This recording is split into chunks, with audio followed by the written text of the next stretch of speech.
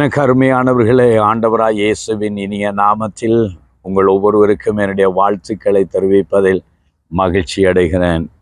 தேவன் இன்றைக்கும் உங்களோடு கூட இருந்து உங்களை அவர் நடத்தி செல்ல வல்லவராய் இருக்கிறார். நாம் ஒவ்வொரு நாட்களிலும் இந்த உலகத்தில் வாழ்கிற போது எவ்வளவு ஞானமாக அறிவோடு ஆற்றலோடு வாழ வேண்டும் என்பதை சிந்திக்க வேண்டும். ஒரு பயங்கரமான உலகம், பாவம் நிறைந்த உலகம், தீமைகள் நிறைந்த உலகத்தில் வாழ்கிறோம். இந்த நாட்களில் சில நேரத்தில் நாம் நம்முடைய வாழ்க்கையில் அதிகமான தவறி போகிறதுக்கு பல காரணங்கள் இருக்கிறது. அதில் ஒன்று தான் நம்முடைய வார்த்தைகள். சொல்லுவார்கள், கழுத்தை கொடுத்தாலும் எழுத்தை கொடுக்கக்கூடாது என்று சொல்லி. சில வேளைகளில் நம்முடைய வார்த்தைகளை குறித்து நாம் மிகுந்த ஜாக்கிரதை உள்ளவர்களாக இருக்க வேண்டும். சிலர் நம்மை பற்றி பலர் பேசும்போது நாமும் அவர்களை பற்றி பலதாய் பேசிவிடுவோம்.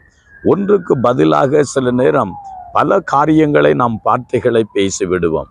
சில வேளையில் கேட்பதற்கு முன்பாகவே நாம் பதில்களை சொல்லிவிட, இல்லாவிட்டால் அதை ஆராயிரத்துக்கு முன்பாகவே நிறைய வார்த்தைகள் கதைகளை சொல்லி சில வேளைகளில் நாமே நம்மை முட்டாளாக்கி கொள்கிறோம், இல்லாவிட்டால் நம்மை நாமே தவறுக்குள்ளாக்கி விடுகிறதை பார்க்கிறோம். ஆனால் வேதத்திலிருந்து ஒரு வசனத்தை நான் கவனித்தேன்.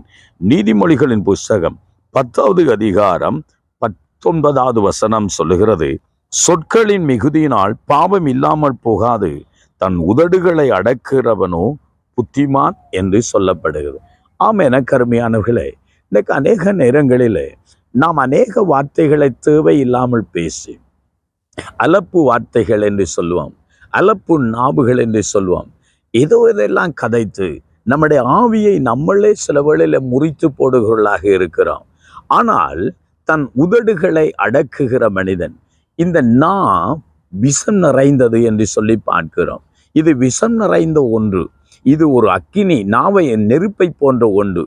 நாம் சில வேளைகளை இல்லாதது பொல்லாததெல்லாம் பேசி சில வேளைகளை மற்றவர்களையும் கெடுத்து விடுவோம், நம்மையும் நாமளே கெடுத்து விடுவோம். ஆனால் தன் உதடுகளை அடக்குகிறவன் தன் நாவை கட்டுப்படுத்த நமக்கு தெரிந்திருக்க வேண்டும். ஆகவே இந்த வாழ்க்கையில நாம் ஒவ்வொருவரும் அளந்து பேச நாம் பழகி கொள்ள வேண்டும். அளந்து பேசி அளவோடு பேச நாம் பார்த்து கொள்ள வேண்டும். சில வேளைகளில் தேவையில்லாததெல்லாம் பேசி, தேவையில்லாத வார்த்தைகளை பேசி நம்மை நாமே சில வேளையில் கெடுத்து கொள்கிறோம். ஆனால் வேதம் சொல்லுகிறது என்ன தெரியுமா? நாம் நம்முடைய உதடுகளை அடக்கி பேசுகிறவன் புத்திமான் என்று பேசப்படுகிறது. ஒரு வசனம் இருக்கிறது, சில வேளையில் பேசாதிருந்தால் அந்த பேதையும் ஞானி என்று சொல்லப்படுவானாம். இன்றைக்கு நானும் நீங்களும் எப்பேற்பட்ட வார்த்தைகளை பேசுகிறோம் என்பதை சிந்தித்து பார்ப்போம். சில வேளை பக்தி விருத்திக்கு ஏதுவான வார்த்தைகளை பேசுகிறோமா? பயமான வார்த்தைகளை தான் பேசுகிறோமா? அளந்து பேசுகிறோமா? அளவோடு பேசுகிறோமா என்பதை சிந்திப்போம். ஆண்டவர் நம்மை ஆசீர்வதித்து நம்மை நடத்தட்டும். நான் ஜெபிக்கட்டுமா? என்னுடைய வார்த்தைகள் இன்றைக்கு வாயின் வார்த்தைகள், இருதயத்தின் நினைவுகள் அவருடைய சமூகத்தில் பிரதியாயிருக்க மண்டாடுவோமா?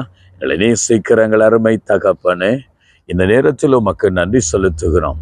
இந்த வார்த்தைகளை கேட்கிறவர்கள் ஆண்டவரே தங்களுடைய வார்த்தைகளை அளந்து அளவோடு பேச, எங்களுடைய நாவுகளை நாங்கள் ஆண்டவரை கட்டுப்படுத்தி கொள்ள, எங்கள் வார்த்தைகள் மற்றவர்களுக்கு பக்தி விருத்தியை கொண்டு வர ஆண்டவர் உதவி செய்ய வேண்டும் என்று ஜெபிக்கிறேன்.